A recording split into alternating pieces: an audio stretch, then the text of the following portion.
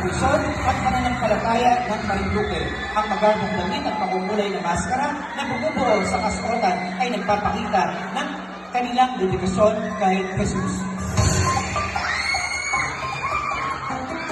Mapagpalayang araw! Narito sa inyong harapan ang binibining marilag na hindi magpapatinan.